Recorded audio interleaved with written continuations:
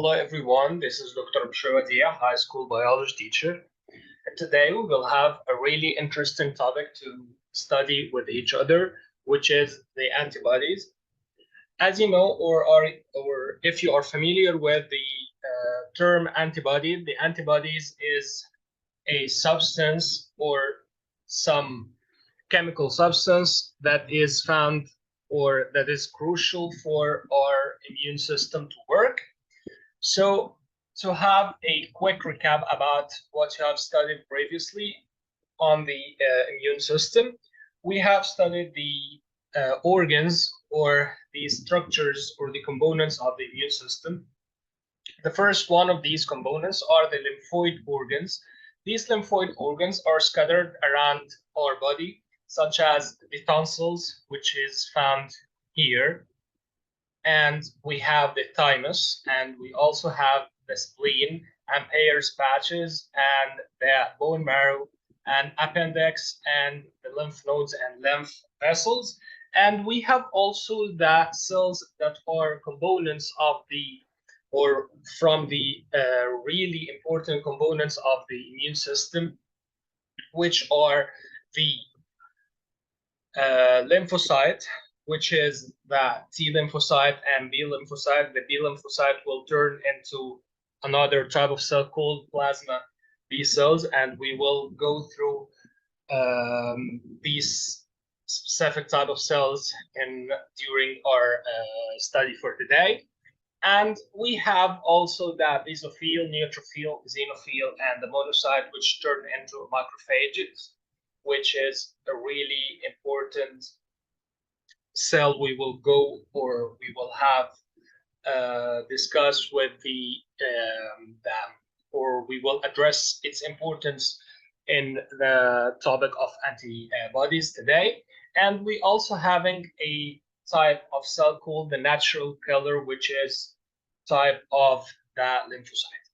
So to get to the major topic for today, which is the antibodies, we will have to know what are antibodies and the structure of antibodies, and finally we will have to go through the functions of antibodies. So at the beginning, what are the antibodies? The antibodies, they are specific proteins known as or having another name, which is called immunoglobulin, which are represented by Ig, and they are Y-shaped, like what you are seeing here. Okay, this is the antibodies. Okay, where we find the antibodies. The antibodies are present in the blood and the lymph of the human and also in the other vertebrates. So they are circulating in the blood and the lymph, and they are produced by the plasma B cell, which is previously addressed. We will need to remember it, or we will address its importance through our topic for today. And this plasma B cell, which produce the antibodies, this happening after the B lymphocyte recognize the antigen and they return or they be converted into the activated plasma B cells, as you see here. Here is the contact between or recognition between the bacteria as a form of pathogen. Okay, and this bacteria carrying on its surface the antigens. These antigens, when come in contact with the receptors on the B cells, the B cells become activated B lymphocytes or the plasma B cell that releasing the antibodies, this Y-shaped structure as you see, and it also converts into B memory cell to recognize or to react faster against the infection when it comes in contact to our bodies again. So the antigen, to know what is it, the antigens are foreign molecules that are present on the surface of the bacteria and viruses, as well as the toxins. So it's not only specific for the bacteria and viruses, but also it found on the surface of toxins, which trigger the immune response. So our immune system will react against these foreign substances or foreign materials. So let's go to the structure of antibodies. Previously, we have said that antibodies are Y-shaped specific proteins. So they are consisting of two pairs of polypeptide chain. As we said, they are proteins, so we will go to the basic structure of the proteins, which is the amino acids which forming polypeptide chains. So the polypeptide chains here are two long chains and two small chains or two short chains. The two long chains are here and the two short chains are here. These four chains are joined together by a bond called disulfide bond. Disulfide bond. This disulfide bond, which linking these four chains together, we can also find that the antibody is consist of two regions, the V region or the variable region and constant region or the C region. So what is the difference between each one of them? The variable region, which having two identical antigen binding site. It's where the antigen bind to the antibody to form the antigen antibody complex to perform its function in inactivation of the antigen and controlling the progression of infection and harmful effect of the pathogen into our body. So it's, as we said, it's two identical. So if this having to interact with this specific antigen, so the other one will have to interact with the same antigen. But I said here in most types. So there are another types we will go through of antibodies which having more than two binding sites. And the shape of these binding site or the shape of this B region differ from antibody to another because or due to the conformation of amino acid, which is the sequence, the types, and the spatial arrangement for the spatial shape of these amino acids. And it's held in the occurrence of specific binding, as we said, which is called antigen-antibody complex. Antigen-antibody complex. And this happening in a way resembling the lock and its key.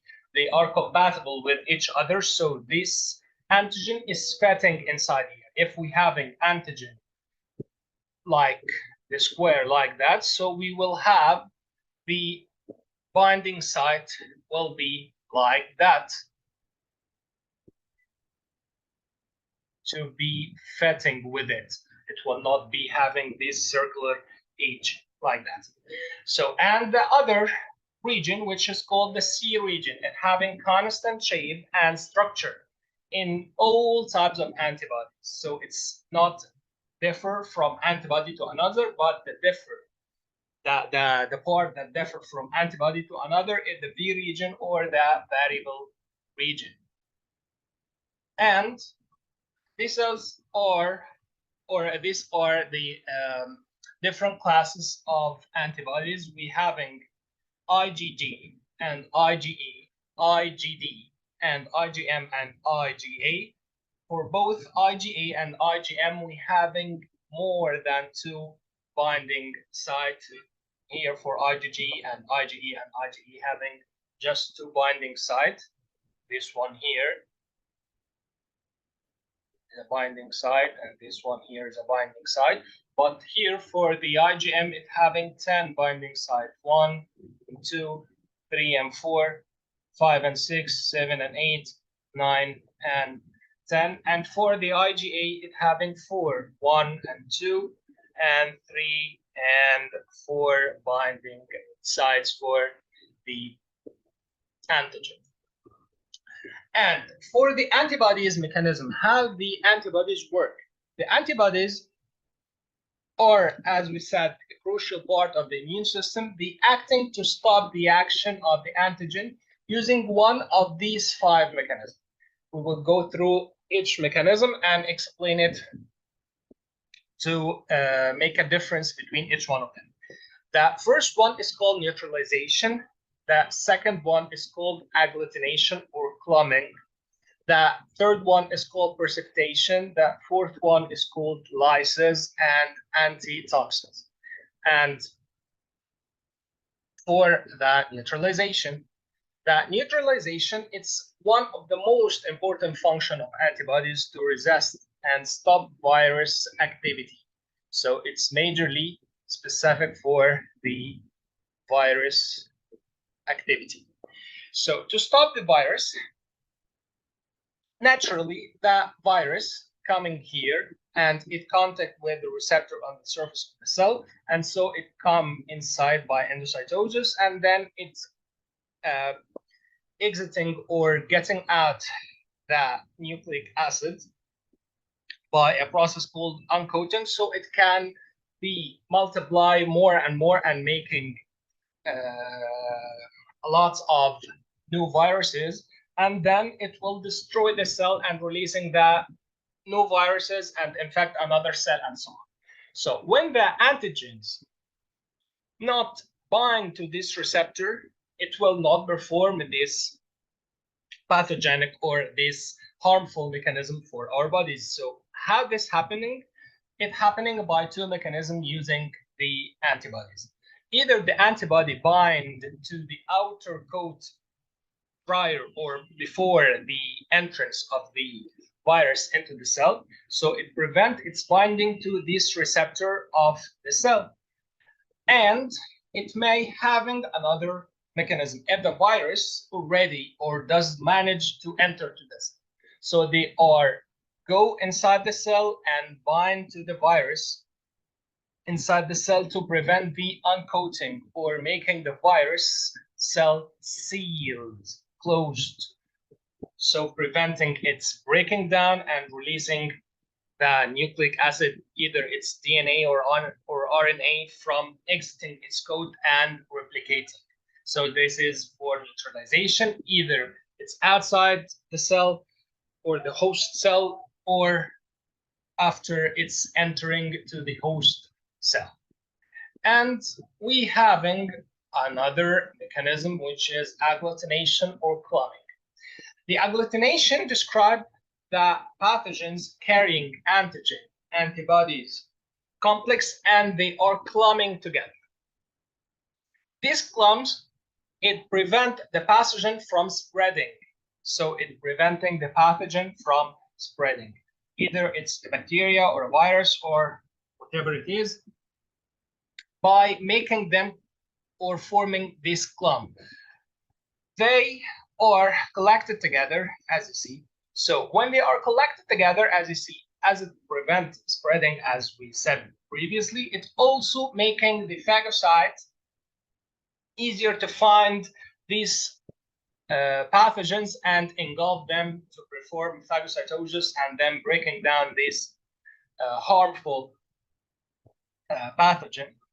And as you see here, it's more common in IgM antibodies. This is because it's having a lot of binding sites. As we said previously, they are having 10 binding sites. Okay, so these 10 binding sites, enabling them to making the agglutination or clumping mechanism. And to not be confused, this mechanism is not specific for the IgM, but it's more common in IgM antibodies. So it's also happening, or other antibodies are capable of cross-linking and agglutinating several pathogens, not only the IgM, but as I said, it's more common with them. And for the third mechanism, which is precipitation. Precipitation, if you are linking this to the chemistry, Precipitation is when the soluble substance turn into insoluble substance, so it's settled down in the tube. So this is happening in to somehow similar way in biology here in the precipitation reaction by the antibodies. So the precipitation occurs when soluble antibodies and antigens precipitate out of a solution through complementary binding to form an insoluble antigen antibody complex. So if you are here having antigens and antibodies, if they are having equivalence or equal amount, they are forming the antigen antibody precipitation. And if we are having the antigen outnumbered with the antibody, so there will be solution because we having soluble antibodies. And if the antigen are in excess, like here, and the antibodies are outnumbered, so we will also having solution. So to this mechanism to happen, we need to have an equal amount of antigen and antibodies. And for the precipitation, it facilitates the engulfing of pathogen, or we can say it stimulates the phagocytosis. And for the fourth mechanism, which is lysis, the lysis is the binding between the antibodies and antigen to trigger or activate the complement, and this complement go to the pathogen and destroy it or break it down. So here we are having the antigen of this cell prominent on its outer surface, and when the antibody coming in contact with it to bind with it to form antigen antibody complex, it activates the complement. The complement is a type of protein or type of chemicals which is important in the immune system, as we studied before. Okay, and for this complement, after its activation, it goes to the cell of the pathogen, and it then go to or perform a cell lysis. It breaks down this cell so it can be easily engulfed, and it's become at first not active. So it's after that it dies, so the phagocytes can go and engulf them. And for that fifth and last mechanism, which is the antitoxins. As we said, that the antigen is not specifically to the antibody, to the bacteria or virus or the pathogens, but it also found on the surface of the toxins. The toxins are chemicals that are released by the pathogens to harm the body, to facilitate the action or to help the pathogen to make its infectivity to the body and to get the resources they want from the body. So the toxins here, if they are coming in contact with the host cell, it will destroy the host cell by toxins to get the nutrients and to get the resources the pathogen. So here comes the rule of antibodies. If these toxins and come in contact with antibodies, and if they are trying to go to the host cell, they cannot enter to the host cell. So the antibodies bind to them, they cannot enter to the host cell, so the final result will be that the host cell remain healthy and not destroyed. And when they are, and when we are keeping the cell healthy, and these toxins are combined to form antibody toxin complex, they are attached, so they can also having the phagocytes to come to engulf them. And before, as we said, this binding is forming or leading to detoxification or removal of their harmful effects. So it leads to detoxification, removal of or eliminating of their harmful effect to the cell, and also it's having them to be easily engulfed by the phagocyte. So to wrap up or sum up what we have studied in our session today, or in our video today, we dealt with two topics. They are generally linked to the major topic, the antibodies. The first topic we dealt with, what are the antibodies and their structure and the types of it. And for the structure, we're having, as we said, the long chain or the heavy chains and the short chains, which are the light chains. And we're having the B region, the variable one, and the C region, the constant region. And this B region classifying these antibodies into 5 classes: IgG, IgE, IgD, which having only 2 binding sites, and IgM, which having 10 binding sites, and IgA, which having 4 binding sites. And after that, we go through the 5 mechanisms of the antibodies action. The first one is neutralization. The second one is agglutination or clumping. The third one is precipitation. And the fourth one is lysis. And the fifth one is antitoxin. So having a keyword for each one: neutralization, making it neutral, making it not active. And it's specific for viruses. And it's happening either before entering the virus to the cell or after it's entering to the cell. And for agglutination or clumping, it's making the pathogens clump together to form clumps, so the pathogen can be easily engulfed by the phagocytes and they can stop spreading. And for the precipitation, to make the soluble pathogen and soluble antibodies and soluble antigens become insoluble, to be settled down to prevent its spreading and facilitate its engulfment. And for the fourth mechanism, which is lysis, which when the antibody and when it's bound to the antigen, it activates the complement, which then break down the cell of the pathogen.